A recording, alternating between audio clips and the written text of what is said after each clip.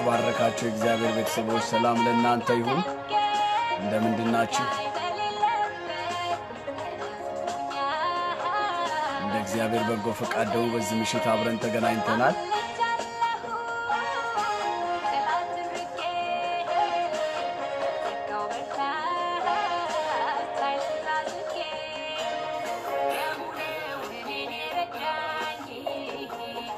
እንደምንድናችሁ? ጌታ ይባረክ። ዛሬ ደግሞ በእግዚአብሔር ቃል ውስጥ አብረን ደግሞ እግዚአብሔር የሰጠንን ምሽት እንድንካፈል ሁላችሁም በመስመር ላይ ያላችሁ የአባቴ ብሩካኖች ወይ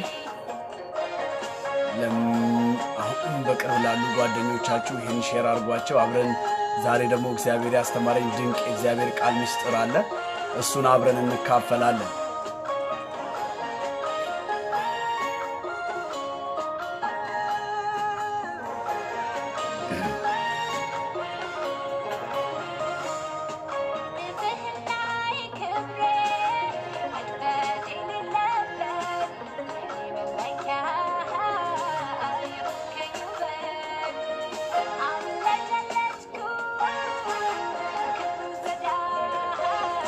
መስመር ላይ እስክትገቡ ይሄን እግዚአብሔርን ቃል የሆነው መዝሙር አብረን እንሰማለን። ምልክት አለብኝ በግንባሬ ላይ ያማነሽ በትኑኝ ኢየሱስ ነኝ። ምልክት አለብኝ ሰውነቴ ላይ ያማነሽ በትኑኝ ኢየሱስ ነኝ። ያሙነው እኔን ረዳኝ ያሙነው እኔን ያገዘኝ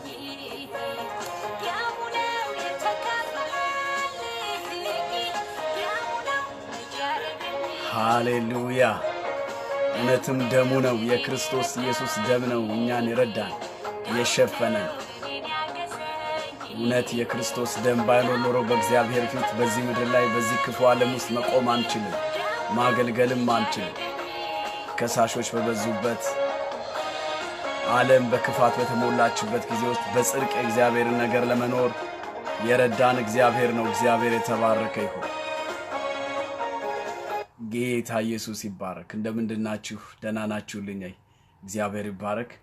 እንግዲህ ዛሬም ደግሞ እግዚአብሔር የሰጠኝን የእግዚአብሔርን ቃል በደስታና በፍጹም ግልጽነት የእግዚአብሔርን ቃል አብረን እንካፈላለን። መቼስ የእግዚአብሔር ቃል ዕለት ዕለት ሚስጥር ነው፣ ዕለት አዲስ ነው፣ ዕለት ዕለት ደስ የሚያሰኝ ነው።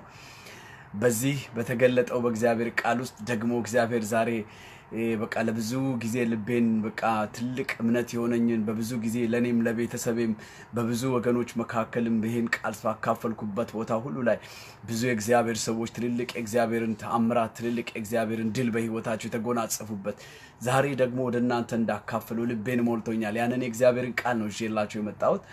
የተባረካችሁ የእግዚአብሔር ብሩካኖች ወይ አሁን በመዝሙራችን እንደሰማነው ትዘምርልን የነበረች እህታችን ስለከበረው ስለ ክርስቶስ ኢየሱስ የደም ኃይል ነው ስትዘምርልን የነበረውና ዛሬ የማካፍላችሁ የእግዚአብሔር ቃል የሚገኘው በእግዚአብሔር ቃል ውስጥ በመነሳላችሁ በመጽሐፍ ቅዱስ እንደ ርዕስ አድርጌ ሰሞኑን የምካፈለው ከናንተ ጋራ እግዚአብሔር ረድቶኝ የምካፈለው የእግዚአብሔር ቃል ሶስት ነገሮች ላይ ነው ማተኩረው። ከመንፈሳዊ ዓለም ጋራ የሚያቆራኙን የኪዳን እውነቶች ናቸው። እነዚህ ሶስት ነገሮች የምንካፈለው ዛሬ አንዱን ነገር ነው ማካፈላችሁ። በመንፈሳዊ ዓለም ውስጥ ከክርስቶስ ኢየሱስ አፍ የተቀበልነው የክርስቶስ ኢየሱስ መለኮታዊ ቃል ትእዛዝ የሆነው ግን በህይወታችን ውስጥ ትልቅ ኢምፓክት የሚያመጣው ከመለኮት ጋር ኢምፓርቴሽን የሚያደርገን ከእግዚአብሔር ኃይል ጋር እንድንቀበል በስጋችን በነፍሳችን በመንፈሳችን ውስጥ ትልቅ ብርታትና አቅም የሚጨምርልን መለኮታዊ ከክርስቶስ ኢየሱስ የተሰጠ አንድ ትእዛዛዊ የሆነ ቃል ግን በህይወታችን ዘወትር ሳናስተውለው እንደ ልማድ የምናደርገውን ነገር ዛሬ ግን በትኩረት ከዚህ በኋላ ሁላችሁም ለምትሰሙ ይሄን ቃል ደግሞ ሼር ለምታደርጓቸው ሁሉ ሰዎች ደግሞ ሰምተው በዚህ በእግዚአብሔር ቃል ውስጥ የከበረ ነገር እንደሚካፈሉ አምናለሁ። የምንካፈለው ሶስት ትልልቅ ነገሮች ቢኖሩም ዛሬ አንዱን ነው ማካፈላችሁ። እነዚህ ሶስቱ የመንፈሳዊ ዓለም ከመለኮታዊ ዓለም ጋር የሚያቆራኙን በእውነት መለኮታዊ ኃይልን መለኮታዊውን ክብር እንድንለማመድ የሚያደርገን በመጽሐፍ ቅዱሳችን ህይወት ውስጥ የተገለጠ ከክርስቶስ ኢየሱስ የተሰጡ ሶስት ነገሮች አሉ። ዛሬ ባጭሩ አንደኛውን ክፍል አካፍላችኋለሁ። ብዙ ጊዜ ዛሬ የማካፍላችሁ የጌታ ቃል የሚገኘው በሉቃስ ምዕራፍ 22 ላይ ያለ ቃል ነው። ሉቃስ ምዕራፍ 22 ላይ ነው ዛሬ የማካፍላችሁ እግዚአብሔር ቃል እዛ ላይ ይገኛል። ይኸውላችሁ ትልልቅ ነገሮች ነው የማካፍላችሁ። ዛሬ ስማካፍላችሁ ርዕሴ የጌታ እራት በሚል ነው። ስለ ጌታ እራት ሚስጥር ነው ዛሬ የማካፍላችሁ። ከጌታችን ከኢየሱስ ክርስቶስ ከተሰጡ ትእዛዛት አንደኛው በተለያዩ በተለይ በክርስቲያኖች ቤተ ክርስቲያን መካከል በየትኛውም ክርስቲያናዊ የቤተ ክርስቲያን ውስጥ የሚሰጥ ስርዓት ነው። በአብዛኞቹ እንደ ቅዱስ ቁርባን የጌታን እራት ብለው ይካፈላሉ። አንዳንዶች የጌታ እራት ይሉታል፣ አንዳንዶች ቅዱስ ቁርባን ብለው ይጠሩታል። ዛሬ የማካፍላችሁ በህይወቴ ውስጥ በእኔ ህይወት የተጠቀምኩበት እንደገና ደግሞ እግዚአብሔር በብዙ ህይወት ሲሰራ ያየሁት በእናንተም ህይወት ደግሞ በሚሰሙትና ይህንን በሚቃል በሚያደርጉት ሁሉ ጸጋንና ኃይል እንደሚጨምር ደግሞም አንድ መለኮታዊ ሚስጥር እንደምትካፈሉ አምኜ ነው ዛሬ የእግዚአብሔርን ቃል በዚህ ዙሪያ የማካፍላችሁ። የተለመደው የጌታ እራት ስብከት ብዙ ጊዜ አንዳንድ ቤተክርስቲያናት በወራት ያደርጋሉ፣ አንዳንዶች በ3 ወር ያደርጋሉ፣ አንዳንዶች በ6 ወር ያደርጋሉ፣ አንዳንዶች በአመት ፋሲካን ጠብቀው የሚያደርጉ ሰዎች አሉና የጌታን እራት በአመት በ2 አመት በ6 ወር በ2 መውሰድ ሳይሆን ዋናው ትልቅ ነገር የምንወስድበት የልብ አረማመድ የልብ አቋም የምንወስድበት የህይወት መርህ ምን እንደሆነ ዛሬ በግልጽነት በእግዚአብሔር ቃል ውስጥ አካፍላችኋለሁ። እግዚአብሔር ምስክሬ ነው። ዛሬ ይህንን የእግዚአብሔርን ቃል ስትካፈሉ በዚህ የጌታን እራት ምን እንደሆነ ስታስቡት ምን ያህል አክብሮት እንደምትሰጡት፣ ምን ያህል ሬቨራንስ እንደምታደርጉት፣ ምን ያህል ለመውሰድ ነፍሳችሁ እንደምትጓጓ፣ ምን ያህል በውስጣችሁ በህይወታችሁ ላይ ኢምፓክት እንዳለው ተጽዕኖ እንደሚያመጣ ኃይል እንዳለው መድኃኒት እንደሆነ እንድትገነዘቡ በእግዚአብሔር ቃል ውስጥ ዛሬ በዚህ በምንካፈለው እግዚአብሔር ቃል ውስጥ አበረታታችኋለሁ። የአባቴ ብሩካኖች ሆይ ብዙ ጊዜ በዘልማድ ሰዎች ይወስዱታል። የቤተ ክርስቲያን ስርዓት ነው። ሰዎች ወንጌል ይሰበካቸዋል። ወንጌል ከተሰበከላቸው በኋላ ጥምቀት ይወስዳሉ። ከዛ በኋላ ደግሞ የጌታን እራት ይካፈላሉ እየተባለ ስርዓት ነው ሰዎችን የሚያደርጉት። ጌታችን ኢየሱስ ክርስቶስ ግን በምናነበው በእግዚአብሔር ቃሉ ስንመለከተው የሆነ ስርዓት አይደለም የሰጠን፣ የሆነ መታሰቢያ እንድናደርገው መጽሐፍ ቅዱስ ሲነግረን ያ መታሰቢያነቱ ምን እንደሆነ ዛሬ በተጽዕኖ ነው በእግዚአብሔር ፊት አበክሬ የማሳስባችሁ። ይሄን ቃል ነው ዛሬ የምንካፈለው። የአባቴ ብሩካኖች መጽሐፍ ቅዱስ የያዛችሁ ይህንን የእግዚአብሔርን ቃል አብራችሁ እንድትካፈሉ እባካችሁ ለሌሎች ሁሉ ሼር አድርጓቸው። አሁን እንዳያመልጣችሁ የእግዚአብሔር ቃል በእውነት በዚህ የእግዚአብሔር ቃል ውስጥ ነፍሳችሁ ፈጽማ እንደምትተከል አምናለሁ ወገኖቼ። ከስርዓት በወጣ እናንተና ቤተሰቦቻችሁ፣ ልጆቻችሁን፣ ትዳራችሁን፣ ጤናችሁን ማስመለስ መናጠቅ የምትችሉበት ትልቅ መለኮታዊ ሚስጥር አለው የጌታ እራት። የጌታ እራት ከስርዓት ያለፈ ከወግ ያለፈ እንካ አትንካ ቅመስሻል ብላ አትብላ ከሚባል ነገር ያለፈ ትልቅ ኃይል መለኮታዊ ነገር የምንካፈልበት ትልቅ ክብር ያለበት ነገር ነው። የአባቴ ብሩካኖች ዛሬ እሱ ውስጥ ስካፈል መጽሐፍ ቅዱስ የያዛችሁ ሉቃስ ምዕራፍ 22 ላይ እናወጣለን። የሉቃስ ምዕራፍ 22 ቁጥር 19 እና 20 ላይ ካለው ጋር የእግዚአብሔር ቃል ጋር ጀምራለሁ። መጽሐፍ ቅዱስ እንዲህ ይላል፣ እንጀራን አንስቶ አመሰገነ፣ ቆርሶም ሰጣቸው። ስለ እናንተ የሚሰጠው ሥጋዬ ይህ ነው፣ ይህን ለመታሰቢያ ያድርጉት አለ። እንዲሁም ቁጥር 20 ላይ እንዲሁም ከእራት በኋላ ጽዋውን አንስቶ እንዲህ አለ፣ ይህ ጽዋ ስለ እናንተ በሚፈሰው በደሜ የሚሆን የአዲስ ኪዳን ነው። ጌታ ኢየሱስ ክርስቶስ እንደዚህ አለ። ይህ አለ እንጀራን አንስቶ አመሰገነ፣ ቆርሶም ሰጣቸው።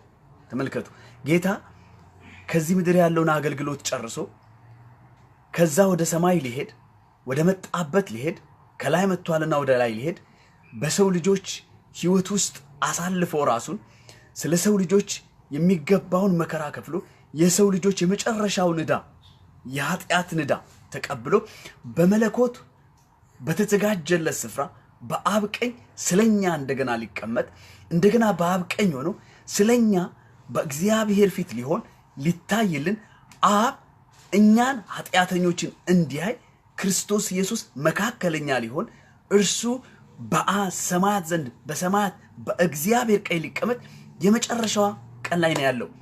ወደ መስቀል ሊሄድ ወደ ሞት ሊሄድ።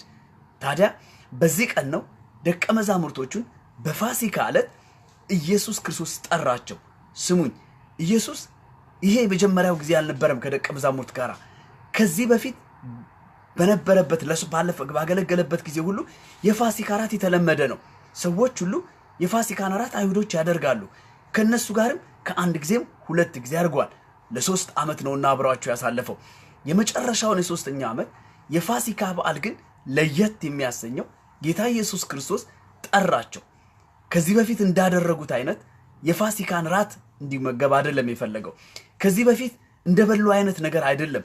እንደተደረገው እንደ ብሉይ ኪዳኑ ስርዓት እያሰቡ እንዲበሉ ጌታ ኢየሱስ ክርስቶስ አልነበረም እችን የመጨረሻዋን የጌታን ራት አብሯቸው የተካፈለው።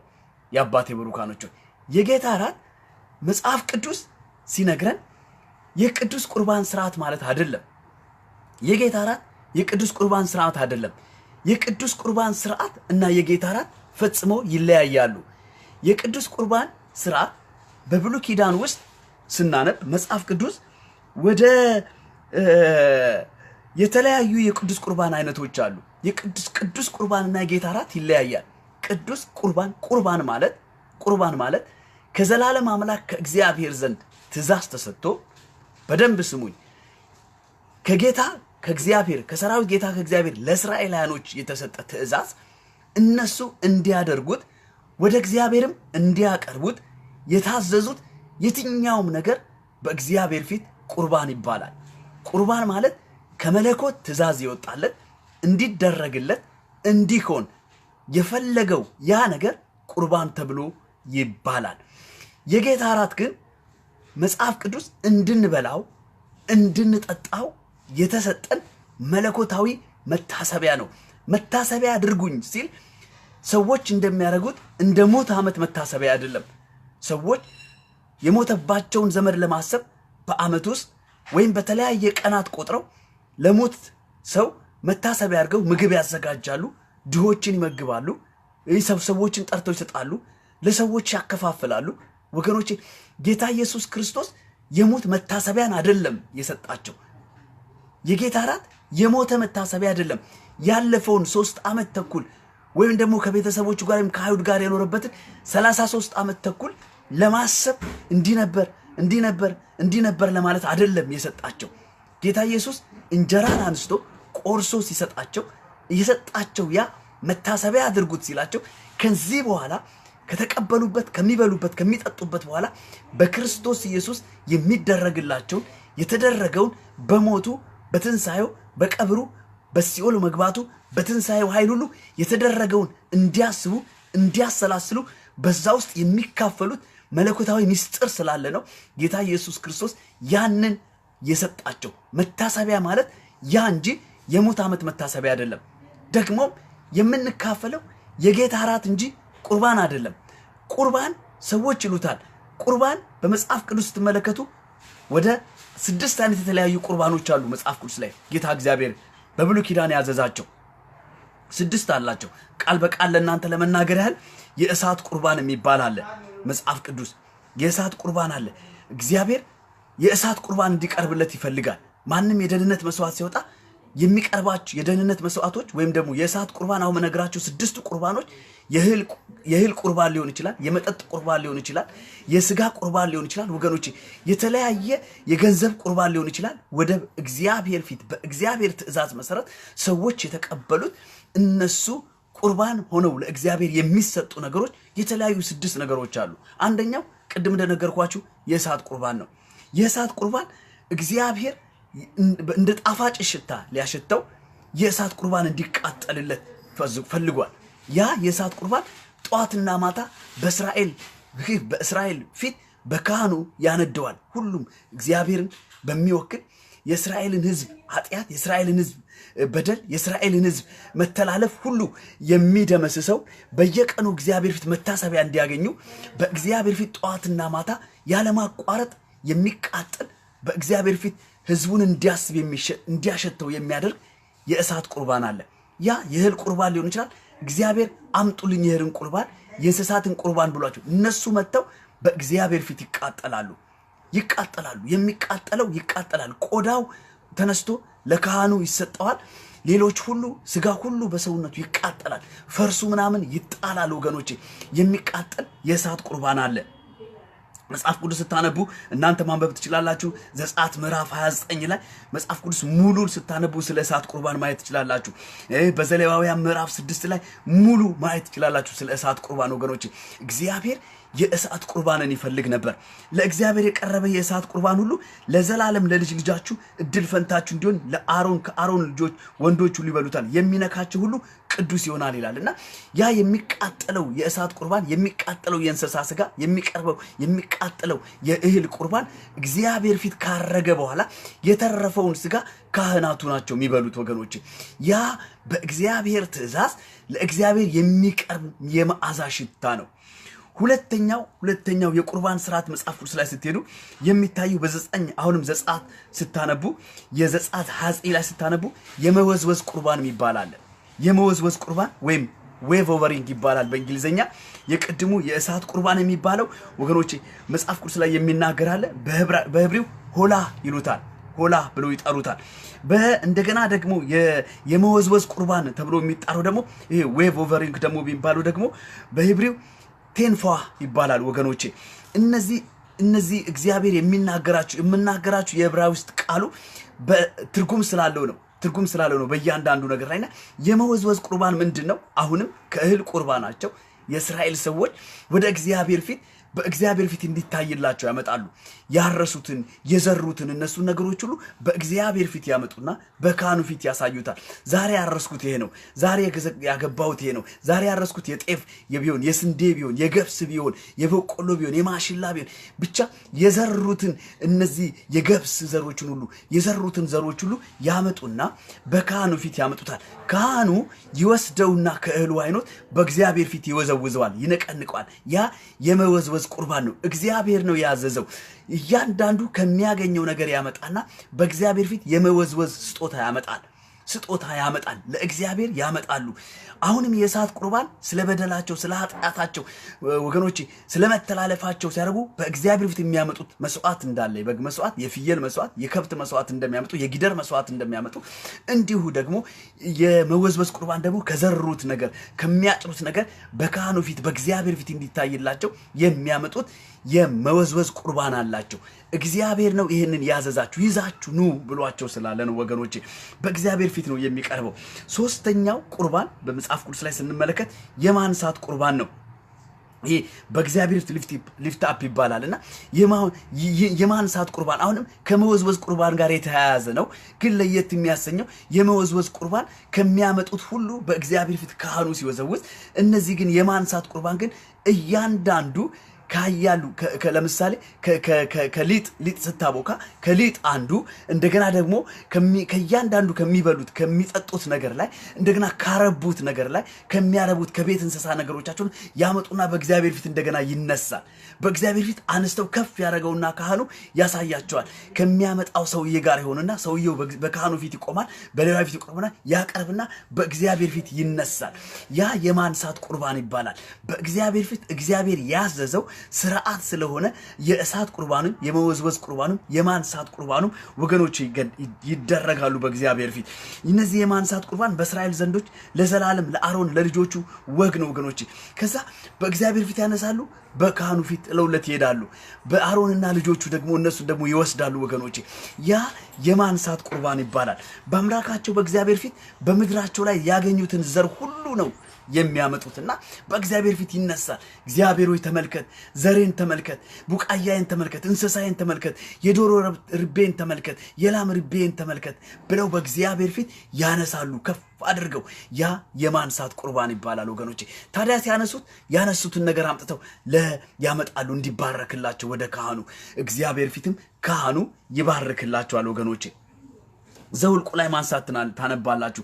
ዘሁልቁ ምዕራፍ 15 ላይ ስታነቡ መጽሐፍ ቅዱስ እንደዚህ ይላል፣ እናንተ የምድሪቱን እንጀራ በበላችሁ ጊዜ ለእግዚአብሔር የማንሳት ቁርባን ታመጣላችሁ ይላል። የምድሪቱን እንጀራ በበላችሁ ጊዜ የማንሳት ቁርባን ታመጣላችሁ። መጀመሪያ በምታረጉት ሊጥ የማንሳት ቁርባን እስከ ልጅ ልጃችሁ ድረስ ለእግዚአብሔር ታቀርባላችሁ። ይህም ለእናንተ ነውና የእስራኤል ልጆች ለስጦታ ያቀርቡት ዘንድ የማንሳት የመወዝወዝ ቁርባን ሁሉ ለእናንተ ከእናንተ ጋር ለወንዶች ለሴቶች ልጆቻችሁ ድርሻ እንዲሆን ለዘላለም ሰጥቻችኋለሁ ብሎ ይናገራላችሁ። ከእያንዳንዱ ሰው በእግዚአብሔር ፊት የሚያረባው የሚዘራውን የሚያቦካውን ሁሉ በእግዚአብሔር ፊት ቀድሞ ከማብካቷ በፊት አንድ እጅ ታነሳና እግዚአብሔር እህሏን እንዲባርክላት ሊጧን ከፍ አድርጋ ታስባርካለች። እንዲህ ይላል መጽሐፍ ቅዱስ የማንሳት ቁርባን ይለዋል። በእግዚአብሔር ፊት እንዲባረክላቸው ያመጡታል። የመወዝወዝ ቁርባን ካህኑ ፊት ያመጡትና ይወዘወዝላቸዋል። እግዚአብሔርም ያየዋል፣ ያሸተዋል፣ ደስ ይለዋል። ይሄ በዘላለም አምላክ በእግዚአብሔር ፊት ከሚደረጉ የቁርባን ስርዓቶች አንዶቹ ናቸው ወገኖቼ። ሌላው የቁርባን ስርዓት ስትመለከቱ በጣም ደስ የሚለኝ ከምትቀበል ስጦታ ሁሉ ከተመረጠው ከተቀደሰው ድርሻ ሁሉ በእግዚአብሔር ፊት የማንሳት ቁርባን ታመጣላችሁ ብሎ ይነግራቸዋል። አሁን በነበብኩላችሁ የዘኍልቍ ምዕራፍ 15 ላይ ቁጥር 18-19 ላይ ከምትቀበሉ ስጦታ ሁሉ በእግዚአብሔር ፊት አንሱ። ስጦታ ስትቀበሉ እግዚአብሔር እንዲባርክላችሁ፣ እግዚአብሔር ፊት እንዲታይላችሁ በእግዚአብሔር ፊት ይነሳ ያቃል ይነሳቃችሁ የምትገዙት የምታደርጉት ነገሩ አንሱና በእግዚአብሔር ፊት አሳዩት። የማንሳት ቁርባን ነው ብሎ ይናገራል ወገኖቼ። አራተኛው የቁርባን አይነት በመጽሐፍ ቅዱሳን ስንመለከት የበኩራት ቁርባን ይባላል። የበኩራት ቁርባን በአመት አንዴ ሊሆን ይችላል፣ በወር አንዴ ሊሆን ይችላል ወገኖቼ። የማንሳት ቁርባንና የመወዝወዝ ቁርባን ያገኘነውን የምናደርገውን የምናስባረክበት ሲሆን በኩር ግን ካገኘነው በኩራት የምናመጣበት ነው። በአመት አንድ ጊዜ ቢሆን እድገታችሁ በአመት አንድ ጊዜ የሆነ ነገር አትርፈ ቢሆን ከምታገኘው ነገር በኩር የሆነውን ነገር የመጀመሪያ የሆነውን ነገር የምትሰጠው ማለት ነው ወገኖቼ። መጽሐፍ ቅዱስ የሚያሳየን እሱ ነው። በኩር የመጀመሪያ የሆነ ነገር ለእግዚአብሔር የሚሰጥበት ያ የበኩራት ቁርባን ይባላል ወገኖቼ። የበኩር ቁርባን በእግዚአብሔር ፊት የምናመጣው ቁርባን እግዚአብሔር ያዘዘን አምጡ ያለን በእግዚአብሔር ፊት የምናመጣው ነገር ነው። ያ ቅዱስ ቁርባን ተብሎ የሚጠራው ወገኖቼ። አምስተኛው በመጽሐፍ ቅዱስ ላይ የሚያሳየን የቁርባን አይነት ደግሞ የቅናት ቁርባን ነው። የቅናት ቁርባን ምንድነው? በመጽሐፍ ቅዱስ ላይ ስትመለከቱ በዘኍልቍ ምዕራፍ 5 ላይ ይሄ የቅናት ክፉ ቅናት አይደለም። ይሄ በመጽሐፍ ቅዱስ ላይ ጀለስ የሚለው ቃልና ኢንቬ የሚለው ቃል ይለያያሉ። ይሄ ስለ መልካም ስለሚቀና ቅናት ማለት ነው። ለምሳሌ መጽሐፍ ቅዱስ ላይ ዘኍልቍ ላይ ስታነቡ እንዲህ ይላል፣ ባል ሚስቱ ናትና አካሉ ናትና ሚስቴ ከሌላ ወንድ ጋር ወይም ከሌላ ቤት ከሌላ ቦታ ሄዳለች እኔን ጥላ ብሎ የሚቀናባት ከሆነ ይላል መጽሐፍ ቅዱስ ወደ ካህኑ ሲያመጣ የቅናት ቁርባን ይሄንን እህል መስዋዕት እንደዚህ አይነት የኢን መስፈሪያ እንደዚህ አይነት ዘይት እንደዚህ አይነት ነገር ከብት ይዞ ይምጣ ይላል። ያ የቅናት ቁርባን ይባላል። እግዚአብሔር ያዘዘው በቅናት ጊዜ ስለ ሚስቱ ቀንቶ ከሆነ ስለ ቤተሰቡ ቀንቶ ሆነ ስለ አገሩ ቀንቶ ቢሆን በእግዚአብሔር ፊት ስለ መቅናቱ የሚታይለት በካህኑ ፊት ይዞ የሚመጣው ስጦታ ያ በካህኑ ሲቀበለው ስለ ቅናት ስጦታ የተቀበለው ስጦታ ነው። በእግዚአብሔር ፊት ይታያል፣ ካህኑም ይመለከተዋል ይላል። ያ የቅናት ስጦታ ወይም የቅናት ቁርባን ተብሎ ይባላል። የመጨረሻውና ስድስተኛው የቁርባን አይነት ወገኖቼ የመቀደስ ቁርባን ነው። ሰዎች ቤታቸውን ሊያስቀድሱ ልጆቻቸውን ሊያስቀድሱ ወይ ደግሞ ራሱን ለማስቀደስ አንድ ሰው በእግዚአብሔር ፊት ሲያመጣ መጽሐፍ ቅዱስ የመቀደስ ቁርባን ይዘው እንዲመጡት የእህል ስጦታ አለ፣ አሁንም የከብት ስጦታ አለ። እግዚአብሔር አንድ ሰው የመቀደስ ቁርባን ወደ እኔ ሲያመጣ ያምጣልኝ ያላቸው ብዙ የተለያዩ ዝርዝር ሐሳቦች አሉ። እሳ ውስጥ አልገባም። እናንተ በመጽሐፍ ቅዱሳችሁን ዘኍልቍ ምዕራፍ 7 ላይ ገብታችሁ በደንብ አንብቡ። መጽሐፍ ቅዱስ ይናገራል። ምዕራፍ 7 ላይ ቁጥር 10 ላይ መሰዊያውን በተቀባ ጊዜ አለቆች መሰዊያውን ለመቀደስ ቁርባን አቀረቡ፣ አለቆችን መባቸውን በመሰዊያው ፊት አቀረቡ። እግዚአብሔርም ሙሴን አለቆቹን መሰዊያውን ለመቀደስ መባቸውን እንዲያንዳንዱ በቀኑ ያቅርቡ ይላቸዋል። መባቸውን ለመቀደስ አለቆችን ለመቀደስ እግዚአብሔር ሲፈልግ የመቀደስ ቁርባን ይባላል። እንግዲህ ስሙ፣ ቁርባን ማለት አሁን እንደነገርኳችሁ በእግዚአብሔር ትእዛዝ እግዚአብሔር ያዘዘውን ነገር ተቀብለን መልሰን ለእግዚአብሔር ወደ መቅደሱ የምናመጣው ስጦታ ነው ቁርባን ማለት። ታዲያ ጌታ ኢየሱስ ክርስቶስ በመጨረሻው ዕለት በሉቃስ ምዕራፍ 22 ላይ የሰጠን ያ የጌታ እራት ስርዓት ቁርባን አይደለም፣ ለጌታ የምንሰጠው ነገር አይደለም። ከጌታ እጅ የተቀበልነው በዘላለም አምላክ በእግዚአብሔር ፊት የምንካፈለው መለኮታዊ ግንኙነት የምናረግበት የዘላለምን አምላክ እግዚአብሔርን ታላቅነቱን መድኃኒትነቱን በእኛ ህይወት ውስጥ ያደረገውን ነገር የምናስብበት ትልቅ መታሰቢያ ነው። የጌታ እራት ወገኖቼ እንደ ብሉይ ኪዳን ከማሰብ እንውጣ። ሰዎች ያንን ስለሚያስቡ እንደ ቅዱስ ቁርባን ብለው ስለምን ልዩ አክብሮት ይሰጡታል። ልክ ነው። ለጌታ እራት ስንወስድ በልዩ አክብሮት በልዩ ፍቅር በልዩ መረዳት ውስጥ ሆናችሁ እንድትቀበሉ ትፈልጋለሁ። የጌታ እራት ስንወስድ ወገኖቼ እያዘንን የጌታን መገረፍ የጌታን ምናምን የተሰቃየ ጎልጎታ ሲሄድ ምናምን እየሄድን እያሰብን እያለቀስን የምንወስደው ጉዳይ አይደለም። የጌታን ራስ ስትወስዱ ጌታ የሞተልኝ እያላችሁ የምትወስዱት አይደለም። የጌታ ራት በእምነት የምንካፈለው ኃይል የምንካፈልበት ስለኔ በክርስቶስ ኢየሱስ ደሙን ያፈሰሰበት በደሙ የተገኘውትን ድሎች እያሰብ በኢየሱስ ክርስቶስ ስለኔ በመስቀል ላይ ስጋው የቆሰለበት በስጋው ኃጢአቴን የተሸከመበት በስጋው መከራዬን የተሸከመበት በስጋው መርገሜን የተሸከመበትን እያሰብ መርገሜ እንደተወሰደ ህመሜ በስጋው እንደተወሰደ ስጋውን ስካፈል ህመሜ ወደ እርሱ ስጋ ላይ እንደሄደ ስጋዬ ላይ የነበረው ህመም የትኛውም የውስጥ እብጠት ወገኖች በደም ውስጥ ያሉ የትኛውም በሽታዎች በስጋ ላይ ያሉ የትኛውም ህመሞች በሽታዎች ሁሉ በክርስቶስ ኢየሱስ ስጋ ላይ እርሱ ስለመተላለፋችን ቆሰለ ስለበደላችን ደቀቀ የድነታችን ተግሳጽ በእርሱ ላይ ሆነ በእርሱ ቁስል እንደሚል በስጋው ላይ ተቀበለው ቁስል እያሰብኩ መድኃኒትነቴን እያሰብኩ መድኃኒት እሱ ውስጥ እንዳለኝ ዛሬ የምካፈለው የጌታ ስጋ አሁን የምወስደው የጌታ ስጋ በሽታዬን ፈጽሞ ከህይወቴ ላይ ሊያሰድግ ከሰውነቴ ላይ ሊያጠፋው ከነፍሴ ላይ ያለውን የትኛውን ህመም ሊያስወግደው ከውስጥና ከውጭ ያለውን የትኛውን በሽታዬን ከኔ ላይ ሊያነሳ ይችላል ብዬ በእምነት ነው መውሰድ ያለብኝ በእምነት ነው መውሰድ ያለባችሁ እንጂ መታሰቢያነቱን እያሰባችሁ በቃ የሆነ መከራውን እያሰባችሁ ኃይል በሌለው ሁኔታ ዝም ብላችሁ ብትወስዱት ስርዓት ነው የሚሆንባችሁ። የጌታ ራት ጌታ ኢየሱስ የሰጠን እንደዚህ ያለ እንጀራን አንስቶ ባረከ አመሰገነም እንካችሁ ስለ አዲስ ኪዳን ስለናንተ የሚቆረሰው ስጋዬ ነው ይላል። ስጋው መድኃኒታችሁ ነው። ስጋው በበሽታችን ላይ ሙሉ ስልጣን ያለው በሽታችን የተነሳበት መርገማችን የተነሳበት ኃጢአታችን የተነሳበት ትልቅ ኃይል ያለበት ሁሉ። ስለዚህ በእግዚአብሔር ፊት የጌታን ራት ስትቀበሉ ስጋውን ብላችሁ ስትወስዱት ወገኖቼ በእግዚአብሔር ፊት የምትቀበሉት የትኛውም የምትቆርሱት ነገር መጽሐፍ ቅዱሳችን የሚያሳስበን ያ ኃይል አለው በሰውነታችሁ ውስጥ በእናንተው ሲገባ የትኛውም በረከሰው ስጋ ውስጥ በታመመ ስጋ ውስጥ በተበሳጨ ስጋ ውስጥ በተጎሳቆለ ስጋ ውስጥ እግዚአብሔር ፊት ነው መነግራችሁ በዚህ በከሳ ስጋ ውስጥ የጌታን የኢየሱስ ክርስቶስን ስጋ መታሰቢያን ብላችሁ ተወስዱ። መታሰቢያነቱ መድኃኒት ነው። መታሰቢያነቱ ፈውስ ነው። መታሰቢያነቱ ኃይል ነው። የጌታ የኢየሱስ ክርስቶስ ስጋ በህይወታችሁ ውስጥ ትርጉም ካጣባችሁ ወገኖቼ መድኃኒትነቱ ካጣባችሁ ስርዓት ብቻ ነው የሚሆንባችሁ። የአባቴ ብሩካኖች ሆይ ስሙኝ። የጌታ ራት ስትካፈሉ የጌታ ራት በሰውነታችሁ ኃይል ማምጣት አለበት። በህይወታችሁ ላይ በሽታችሁ መንቀል አለበት። መርገማችሁ በሚያስቸግራችሁ የኃጢአት ልምምድ የጌታ የኢየሱስ ክርስቶስን ስጋ ስትቀበሉ ኃይል አለው።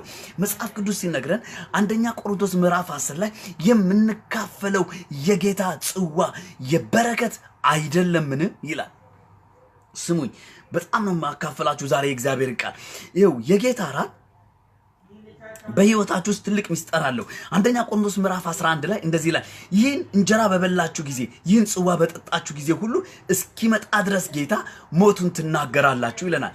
ስለዚህ መጽሐፍ ቅዱስ እንዲህ ይላል ስሙኝ አንደኛ ቆሮንቶስ ምዕራፍ 10 ላይ ያለውን ቃል ላካፍላችሁና ወደ 11ኛው ሄዳለሁ። 11 ምዕራፍ 10 ላይ እንደዚህ ይላል የምንባርከው የበረከት ጽዋ ከክርስቶስ ደም ጋር ህብረት ያለው አይደለምን? የምንቆርሰው እንጀራስ ከክርስቶስ ጋር ህብረት ያለው አይደለምን? አንድ እንጀራ ስለሆነ እኛ ብዙዎች ስንሆን አንድ ስጋ ነን። ሁላችን አንዱን እንጀራ እንካፈላለን። በስጋ የሆነውን እስራኤልን ተመልከቱ። መስዋዕቱን የሚበሉ የመሰዊያው ማህበርተኞች አይደሉምን? የጌታን ጽዋና የአጋንንት ጽዋ ልትጠጡ አትችሉም። ከጌታ ማዕድና ከአጋንንት ማዕድ ልትካፈሉ አትችሉም። ወይስ ጌታን እናስቀናውን ወይስ ከእርሱ ጋር እንበረታለንን ይላል።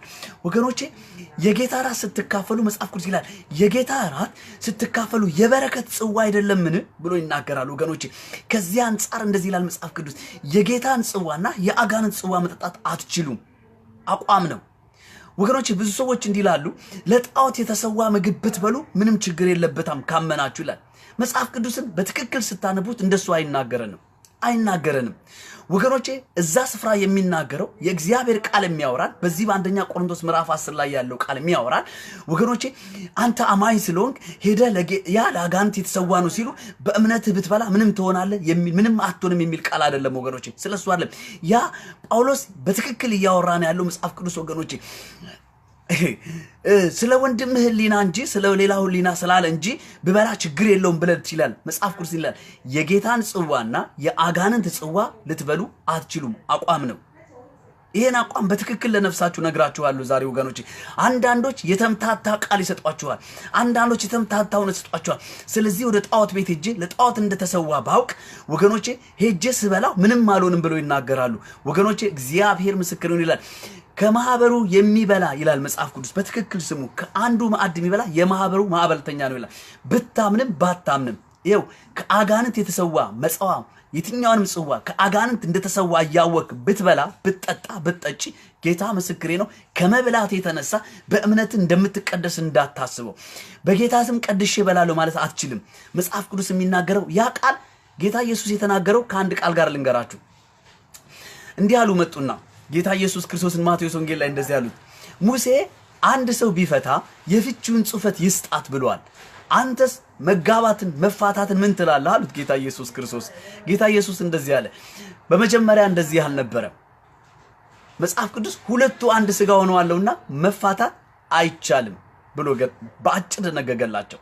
ወገኖቼ እንዲህ አለ፣ ሙሴ ስለ ልባችሁ ድንዳኔ ያንን ተናገረ። እግዚአብሔር አይደለም የተናገረው። የእስራኤል ሰዎች ስለሚያበጡት የፍቺ ቃል መሰረት በዚህ ቃል ህይወት ውስጥ እስራኤል ተጠመዱና አንዱን መፍታት አንዱን ማግባት በሚል የየለት ክስ በህይወታቸው ላይ ሲመጣ ሙሴ እንዲህ ብሎ ተናገራቸው ይላል። ኢየሱስ በግልጽ አወራ። እግዚአብሔር አላለም ፍቺ ጽፋት እግዚአብሔር አልወጣውም ማለት የወጣው ሙሴ ስለናንተ ስለልባችሁ ጥንካሬ ሲል ሙሴ ያንን ትእዛዝ ሰጣችሁ እንጂ እግዚአብሔር ይሄንን አላደረገም ይላል ማቴዎስ 18። ሄዳችሁ መጽሐፍ ቅዱስን አንብቡት ወገኖቼ። እንደዚሁ ነው የእግዚአብሔር ቃል በቆሮንቶስ በአንደኛ ቆሮንቶስ ምዕራፍ 10 ላይ ወገኖቼ ለወንድምህ ሕሊና ብሎ ሲናገረን መጽሐፍ ቅዱስ የደነገገልን የጌታን ጽዋ ከአጋንንት ጽዋ ጋር መብላት አትችልም። ማንም ለክርስቶስ ያልተደረገ የትኛውም ጽዋ በዚህ ዓለም ላይ የሚደረግ የትኛውም መስዋዕት እያወቅ የሌላ ማህበር ነው እየተባልክ ስለ ማህበር እየበላ ስለ ማህበር እየጠጣሽ በእግዚአብሔር ፊት የሚናገረውን ስማ።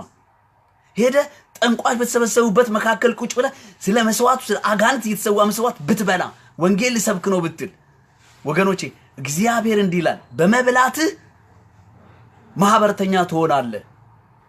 የጌታን ስጋ ስትበላ መጽሐፍ ቅዱስ ከአንዱ እንጀራ የሚካፈል መጽሐፍ ቅዱስ ይላል እስራኤል ሁሉ አንድ ማህበር አይደለምን? በመብላት ማህበርተኛ ይኮናል። መጽሐፍ ቅዱስ በግልጽ የነገረው ስለ ልባቸው ጥንካሬ በቆሮንቶስ ቤተክርስቲያን ስላሉ ስለ ወንድሞቻቸው ፍቅር የሌላቸው ስለ ወንድሞቻቸው ብበላ ባልበላ ምንም አይሆንም በሚል ስለ ወንድሞቻቸው ሕሊና እንኳን እንዲያስቡ ጳውሎስ ነገራቸው እንጂ እየፈቀደላቸው አይደለም። እባክህ ለወንድምህ ሕሊና ተጠንቀቅ ብሎ ስለ ወንድምህ ሕሊና ብለ አስብ እንኳን ብሎ እንጂ የተናገረው ስለ ወንድምህ ሕሊና እንጂ ብትበላ ተፈቅዶልሃል የሚል ቃል አይደለም የሰጣቸው። የጌታን ጽዋ ከአጋንንት ጽዋ ጋር መጠጣት አይቻልም። የትኛውንም የማህበር ጽዋ ስለ ክርስቶስ ኢየሱስ ያልሆነ የትኛውም ጽዋ ብለ ብትጠጣ እግዚአብሔር ምስክሬ ነው ብትጠጪ ከማህበሩ ጋር ትቀላቀላለህ። መንፈሳዊ ዓለም ውስጥ አይገባሽም። ጌታ ኢየሱስ ክርስቶስ መጽሐፍ እንዲያለን እንጀራን አንስቶ ቆርሶ ባረከ ሰጠን። የሰጠን ስጋ የስጋው ምሳሌው ስትወስደው በእግዚአብሔር ፊት በንጽህና ውሰድ፣ በአክብሮት ውሰደው። እግዚአብሔር ሆይ ዛሬ የምካፈለው በህይወቴ የምበላው በቤቴ ውስጥ ቢሆን በማህበሬ መካከል ይሄን የጌታን ስጋ ስወስድ ዛሬ እግዚአብሔር በኔ ላይ ያለው መርገም የተነሳ ነው። የሚቸገርበት ነገር ከኔ ላይ ይነቅላል። የምወስደው የትኛውም ይሄ የጌታ ስጋ ብዬ የምካፈለው የትኛውም የጌታ እራት በህይወቴ ውስጥ መንፈሳዊ ኃይል ያካፍለኛል፣ አንድ እርምጃ ያራምደኛል። በእግዚአብሔር ፊት መለኮታዊ ግንኙነት መለኮታዊ ሪሌሽንሺፕ ነው የምትፈጥሩት ወገኖቼ። ይሄን የጌታን ራት በዓለም ሁሉ ሲካፈሉ በመንፈስ እናንተ በመንፈሳዊ ዓለም ውስጥ የጌታን ራት ብለ ስትካፈይ በመንፈሳዊ ዓለም የትኛውም ዓለም ሆኖ የሚካፈሉት ጋራ መንፈሳዊ ህብረት እያደረክነ ከአንዱ እንጀራ የሚበላ ሁሉ መጽሐፍ ይናገራል ወገኖቼ የማህበሩ አባል ነው ይላል። ቆሮንቶስ የሚናገረው ይሄ ነው። የጌታ ራት የበረከት ጽዋሽ ነው። የጌታ ራት በረከት ነው። በረከት ነው። ለስርዓት አትውሰደው። እንዲህ በል በረከቴን ዛሬ እካፈላለሁ። የጤናዬ በረከት ነው። የሰላሜ በረከት ነው። የትዳሬ በረከት ነው። የነገሬ በረከት ነው። መርገም በኔ ላይ፣ ማጣት በኔ ላይ፣ ጉስቁልና በኔ ላይ፣ ድህነት በኔ ላይ ሰራ የጌታ የኢየሱስ ክርስቶስ ስጋ ብዬ ስካፈል ስጋው በኔ ህይወት ላይ ኢምፓክት አለው፣ ኃይል አለው፣ ተጽዕኖ ያመጣል፣ ታሪኬን ይለውጣል፣ በረከሰው ስጋዬ ላይ ቅድስና ያመጣል ብለህ እመን። የጌታ ስጋ ኃይል አለው። መጽሐፍ ቅዱስ እንደዚህ ያለ ስትካፈሉት ጌታ እስኪመጣ ድረስ ይሄንን ድል ትናገራላችሁ። ይሄንን ድል ምኑን ሞቱን በሞቱ ምን ሆኖልሃል? በሞቱ ስጋው ነው የሞተው ወገኔ። ስጋው ነው የኢየሱስ የሞተው። ስጋው ላይ ታዲያ ሲሞት መርገምህ አብሮ ሞቷል፣ ኃጢአትህ ሞቷል፣ በሽታህ ሞቷል። በክርስቶስ ኢየሱስ ስጋ ላይ ነገራችን ሁሉ አልቋል። እንዲህ አለ፣ ስጋውን በተካፈልክ ጊዜ እንዴት ትናገራለህ? አዋጅ የጌታ የኢየሱስ ክርስቶስ ስጋ ብለህ በዓለም ሁሉ ትናገራለህ ወገኖቼ። በድፍረት ትመሰክራላችሁ፣ አትፈሩም። በስጋው ላይ የተደረገውን ድላችሁን በክብር ትካፈላላችሁ፣ በክብር ትወስዱታላችሁ ወገኖቼ። ከዚህ በኋላ በእግዚአብሔር ፊት ነፍሳችሁ ጭንቅ ስትል፣ ህመም ሲያስቸግራችሁ፣ ችግርና ጉስቁልና የሆነ ነገር ከእናንተ ኃጢአት ልምምድ አላቀቅ ሲላችሁ በእምነት የጌታን ራት ተካፈሉ። በእምነት የጌታን ራት ውሰዱት። ማንም ምን የሚበል የጌታ ራት ግን እንዲህ ብላችሁ ውሰዱ። ድሌ ነው፣ ኃይሌ ነው። በዚህ ዛሬ ኃጢአትን ድል ነሳለሁ፣ በሽታን ድል ነሳለሁ፣ እወስዳለሁ፣ አካፍላለሁ። ይሄ ህይወት በኔ ላይ ይሰራል፣ በዚህም ምስክር ሆናለሁ ብላችሁ ተካፈሉ። የጌታ ራት ከጌታ ከኢየሱስ ክርስቶስ የተሰጠን ትልቅ ትእዛዝ ነው ወገኖቼ። እግዚአብሔር የተመሰገነ ይሁን። ይሄ አስደናቂ ነገር ነው ወገኖቼ።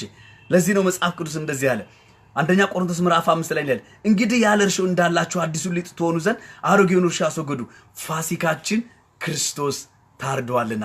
ሃሌሉያ። ስለዚህ ይላል በቅንነትና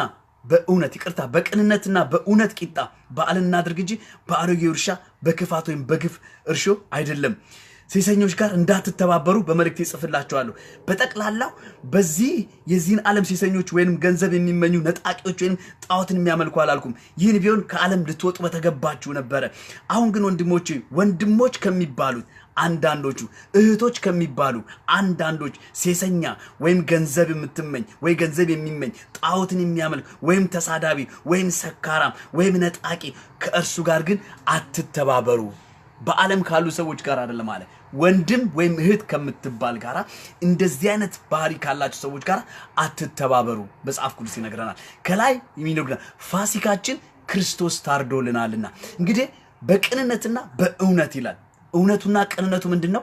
የፋሲካ እንደታረደልህ ስታውቅ፣ ክርስቶስ ስጋ ስትቀበል፣ የጌታን ራስ ስትወስዱ በሐዘን እንዳትወስዱት። ይሁን በለቅሶ ጌታ ሞቶልኛል በሚል አይነት የሐዘን ድባብ ውስጥ እንዳትወስዱ፣ የለቅሶ ድባብ ውስጥ እንዳትወስዱ።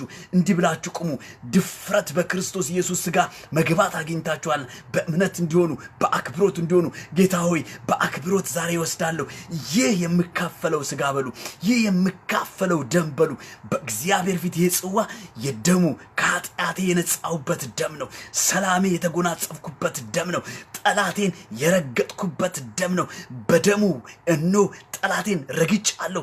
እነሆ ዛሬ ከምካፈለው ከዚህ ደም የተነሳ ከምካፈለው ከዚህ ስጋ የተነሳ በህይወቴ ውስጥ ድል አለ፣ ኃይል አለ በሉ። የአባቴ ብሩካኖች ሆይ ጌታ ኢየሱስ ክርስቶስ የሰጠን የጌታ ራት ፕሮግራም፣ የጌታ ራት ስርዓት ኃይላችሁን የሚያድስ ነው፣ በረከታችሁን የሚመልስ ነው፣ ጤናችሁን የሚመልስ ነው፣ በረከታችሁ ነው፣ ድላችሁ ነው። ከዚህ ታላ ድል ካላገኛችሁ ምንድነው ወጣችሁት መሰክሩት? በጌታን ራት በበላችሁ ቀን በጠጣችሁ ቀን ይላል ሞቱን ምንድነው ሞቱን የምትናገር? በሞቱ ምን ሆነሃል? ስጋ ውስጥ የምታስበው እሱን ነው። ስለዚህ አባቴ ብሩካን እናንተ የተባረካችሁ ጌታ ቅዱሳን ሆይ ዛሬ ይሄን ያካፈልኳችሁን ቃል እንዳትረሱ። እግዚአብሔር ምስክሬ ነው። በህይወታችሁ ከዛሬ ጀምሮ የጌታን ስጋ የጌታን ደም ብላችሁ ስትካፈሉ በእግዚአብሔር ፊት ኃይል እንዳለ ወቁ። መለኮታዊ ምስጢር ነው የምትካፈሉት። በህይወታችሁ ላይ ይሰራል፣ በቤታችሁ ላይ ይሰራል። እግዚአብሔር ምስክሬ ነው። በእምነት ስትካፈሉት በሽታችሁ ከእናንተ ይነሳል። የምትካፈሉት ስጋ ከክርስቶስ ኢየሱስ ስጋ ጋር ህብረት ያለው አይደለምን? የምትካፈሉት ጽዋ ከክርስቶስ ደም ጋር ህብረት ያለው አይደለምን? የምትካፈሉትስ ወገኖቼ ይሄ ጽዋ የበረከት ጽዋ አይደለምን? እንግዲህ መርገም በእናንተ ቤት ምን ይሰራል? መርገም ባንቺ ህይወት ምን ይሰራል? መርገም በትዳርህ ምን ይሰራል? በትዳራችሁ ምን ይሰራል? መርገም በዘራችሁ ምን ይሰራል? የጌታ የኢየሱስ ክርስቶስ የኪዳኑ ደም የኪዳኑ ስጋ ምልክታችሁ ነው። እንዲህ ብላችሁ አንሱት በእግዚአብሔር ፊት የጌታን ደምና ስጋ ስትቀበሉ፣ ይህ ለበረከቴ ኪዳን ነው፣ እንደምባረክ ኪዳኔ ነው፣ እንደምበለጽግ ኪዳኔ ነው፣ እንደምፈወስ ኪዳኔ ነው። ይህን ኪዳን በፊት ይዤ ቆምኩ። ከዚህ ኪዳን የተነሳ ጤናዬ ይመለሳል። ከዚህ ኪዳን የተነሳ በረከቴ ይመለሳል። ከዚህ ኪዳን የተነሳ ምርኮዬ ይመለሳል። በጠላት አልነጠቅም፣ በጠላት አልበላም። ነገሬ ጀምሮ አይጨነግፍም። ነገሬ ጀምሮ አይቆምም። ይህ ኪዳን ነው ለመዳኔ፣ ለመፈወሴ፣ ለመባረኬ፣ ለመቆሜ፣ ለመነሳቴ። ይህ የደም ኪዳን፣ ይህ የስጋ ኪዳን በእኔ ህይወት ዛሬ ይሰዳል። በክብር ወስደዋለሁ፣ በእምነት እካፈለዋለሁ። በእኔ ህይወት ላይ ጽድቅን፣ ባለጠግነትን፣ ኃይልን፣ ክብርን ይጨምራል። በጌታ በኢየሱስ ስም የአባቴ ብሩካኖች ይህንን መንፈሳዊ ልምምድ እንድትለማመዱ አበረታታችኋለሁ። ከጌታ ከኢየሱስ ክርስቶስ የተቀበልነው የህይወት ምስጢር ነውና እንግዲህ ይህን ስታረጉ ህይወታችሁን ከሚያረክሱ የእግዚአብሔርን የክርስቶስ ኢየሱስን ደም ወገኖቼ ከሚያረክስባችሁ ከተቀበላችሁበትን ይህን እውነት ከህይወታችሁ ላይ የሚነጥቅባችሁ ሰዎች ተጠበቁ። ያውም ጌታ ወንድም ነን እህት ነን ከሚሉ እግዚአብሔር ምስክሬ ነው። የጌታ እራት ምስጢር አለው። ቁርባን አይደለም የምትወስዱት፣ የህይወት ምስጢር ነው የምትካፈሉት። ቁርባን አይደለም የምትወስዱት ወገኖቼ፣ ቁርባን አይደለም። ቁርባን ከጌታ የምትቀበሉት ለጌታ የምትሰጡት ጉዳይ ነው። ቅድም እንዳካፈልኳችሁ የጌታ እራት ግን መንፈሳዊን ንክኪ የምታረጉበት ነው። መለኮታዊ በረከት የምትቀበሉበት ነው። መለኮታዊ ኃይል የምትጎናጸፉበት ነው። ጤናችሁን የምታስመልሱበት ነው። በረከታችሁ የምትማለሱበት ነው።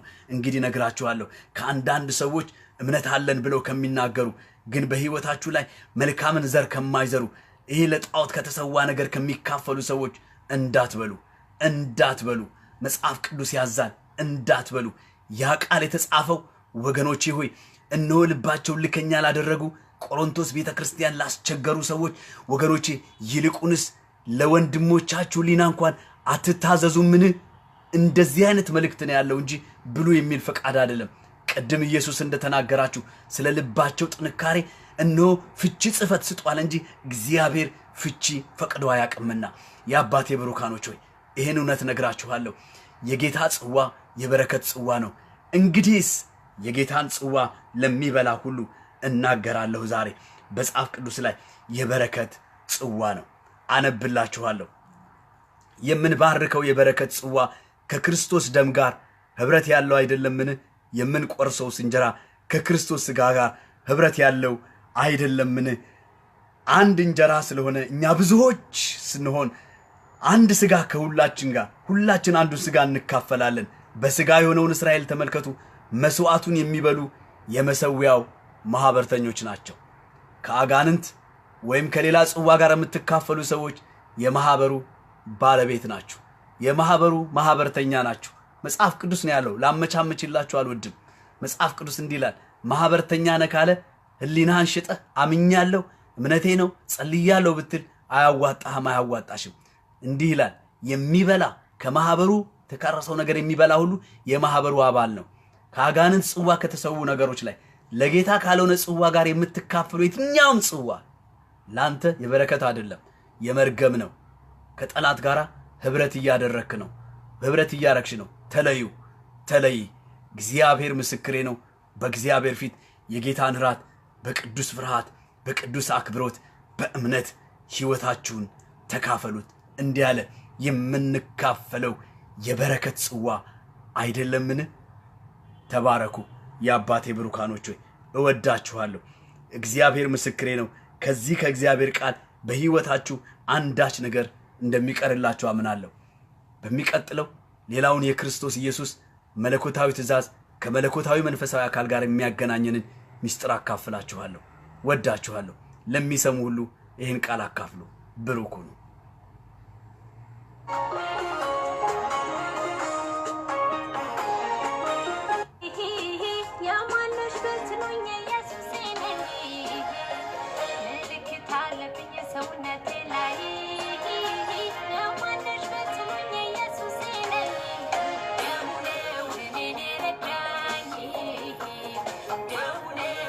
Yeah.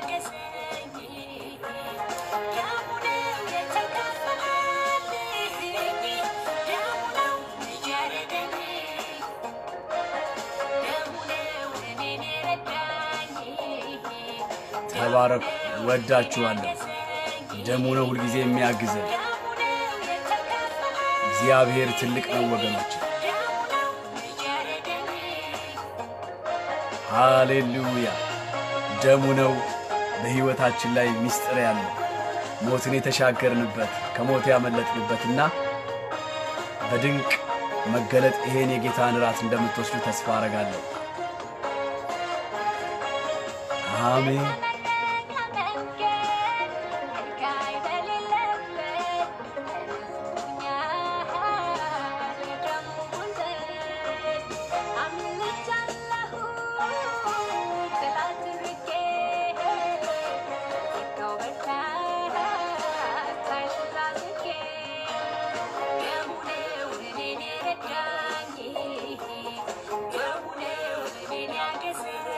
አሜን። ተባረኩ።